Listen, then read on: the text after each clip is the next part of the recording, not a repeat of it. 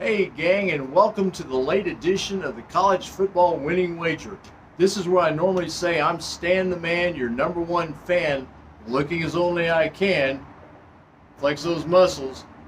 But as our friend Jonathan Castillo of Rowlett, Texas pointed out this week, Stan, we certainly hope that you're looking as only you can. Jonathan, I don't know quite how to take that, but I'll tell you what, I'll give you the benefit of the doubt, and I'll say point well made, point well taken. Okay, let's go ahead and take a look at some games from week 9 and see what our system says, our winning way system that's making the picks here. I'll have like maybe 2 or 3 intuitive picks after we see what our system has to say about some of these games. We have 3 games at noon Eastern time that our system likes. Number 4 ranked Ohio State is a 26-point favorite at home against Nebraska. We like the Buckeyes minus the 26, so we're going to go with that. All right, also, number 12 ranked Notre Dame at 6-1 is a 2-touchdown favorite now, 14-point favorite at number 24 ranked and undefeated Navy. I'm sure a lot of people will be pulling for the midshipmen out there to remain undefeated, but either way, it doesn't really matter. Our system does not take anything into consideration like that. Our system says go with the Fighting Irish minus the 14, and we shall do. Also at noon Eastern time, number 13 ranked and undefeated Indiana coming off of a blowout victory over Nebraska last week. Our system says that Indiana will not only continue the winning way, but it will also cover a 5.5-point spread. Earlier in the week it was 6.5, now it's down to 5.5. We think that's a really strong play this week. The system says it's our strongest play of the week, as a matter of fact, in college football. So let's go with Indiana minus 5.5 at home against the Washington Huskies. But listen, Washington is 4-3 on the year, so don't think, oh my goodness, that's the team that went to the national championship game last year. It's not the same team, okay? Indiana is not the same Indiana team, as I pointed out earlier in the week. We like the Hoosiers, and the system likes the Hoosiers minus 5.5 at home against Washington. Okay, 2 games at 3:30 Eastern time that our system likes. Top-ranked Oregon is a 21.5-point favorite at home against number 20 ranked Illinois. The system says go with the top-ranked Oregon Ducks minus the 21.5. If you feel more comfortable buying a point and getting them down to 20.5, or a point and a half getting them down to 20, fine. On some websites I've noticed that that Oregon is now a 22.5-point favorite. Either way, our system says go with the Oregon Ducks minus the 21.5, minus the 22.5. So we're going to go with Oregon against Illinois.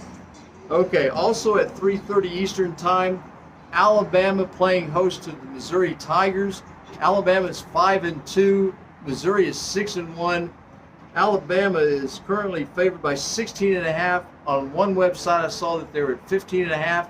Either way, the system says go with Alabama minus the 16.5 or the 15.5, no matter what. Now Missouri, it should be pointed out that Missouri's quarterback, Brady Cook, was injured in last week's victory over Auburn. Cook has a severe ankle sprain, and he did go through the walk. He was doubtful early in the week to play in this game. He's been upgraded to questionable as of Friday afternoon's SEC injury report. Cook did practice. Well, he went through the walk. He participated, I should say, in the walkthrough for Missouri at Bryant-Denny Stadium on Friday afternoon. Very limited activity at all this week. And, he's questionable. It's not certain that he's going to start. It's not certain that he's not going to start. He has started 34 consecutive games for Missouri, and he's really having a good season, but he may or may not play. Either way, Alabama minus 16.5 is what the system says. Oh, by the way, also, Missouri will be without its starting tailback, Nate Noel, who is the team's leading rusher, and also without starting wide receiver Mookie Cooper. But the system really does not take any of that into consideration. So the system says go with Alabama minus the 16.5. All right, at 4:15 Eastern time, number 5 ranked Texas, coming off of that loss last week at home to Georgia. Texas is a 17.5-point favorite at number 25 ranked Vanderbilt. The system says go with Vanderbilt plus a 17.5. I think we've talked about this before. Vanderbilt's got the best team it's had in forever at 5-2, and we like their gutsy quarterback Diego Pavia. He's a stud. He's also thrown 11 touchdown passes against only 1 interception this year.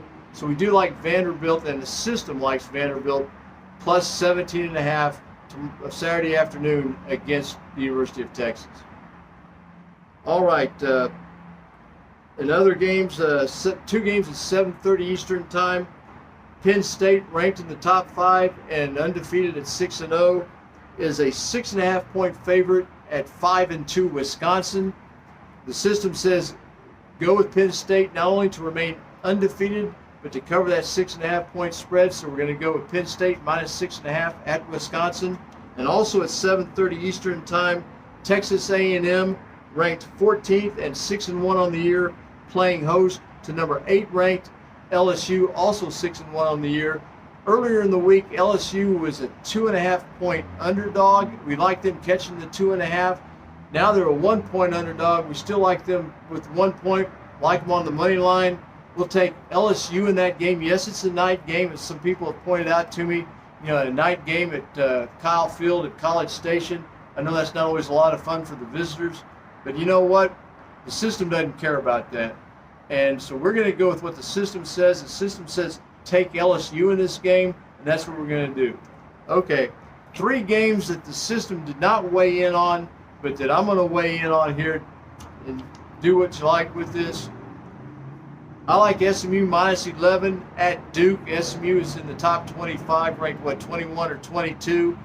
SMU is 6-1. Now, Duke is a respectable 6-1, also currently unranked. But SMU's been on a roll. I think SMU's going to continue that roll. I'd like them maybe minus 10 or minus 9.5 if you want to buy a point or a 1.5 to get SMU down to 9.5 or 10. But either way, I like SMU to stay on the roll that the Mustangs have been on. A big game tomorrow, I think a big game tomorrow at Central Florida. Undefeated and number 11 ranked BYU playing at Central Florida. I'm smelling an upset here. Now you're going to say, well, is Central Florida favored? Yeah, they are. Vegas has Central Florida at 3-4 on the year, favored against undefeated BYU. That ought to tell us something right there. And I like Central Florida to, like I say, pull the upset in terms of rankings-wise. But according to Vegas, it wouldn't be an upset. I'm not sure if I like Central Florida minus the 2.5. They were a 2-point favorite. Now they're 2.5-point favorite. So money's coming in on Central Florida. Not a lot of money, but some, just enough to move the line 0.5 point. I like Central Florida to defeat BYU, so you might want to play Central Florida on the money line. Also, one other game tomorrow, or Saturday afternoon, I should say. It's going to be Ole Miss is an 18.5-point favorite right now. They were 20.5-point favorite. Now they're 18.5-point favorite at home against Oklahoma. We all know that Oklahoma is not Oklahoma this year. Ole Miss is a very good team. We like Jackson Dart, the Ole Miss quarterback. We're going to take Ole Miss minus 18.5. And again, these last 3 picks are just intuitive picks by Stan the Man. The system did not weigh in on any of those games. All right? Okay, listen, thanks for joining us on this late edition of the Winning Wager College Football update. We will see you next week on the NFL edition of the Winning Wager, and again with the college football edition of the Winning Wager. Good luck this weekend. We hope you have a good weekend, and I'm Stan the Man saying thanks, and remember to hit like and subscribe. See y'all next week.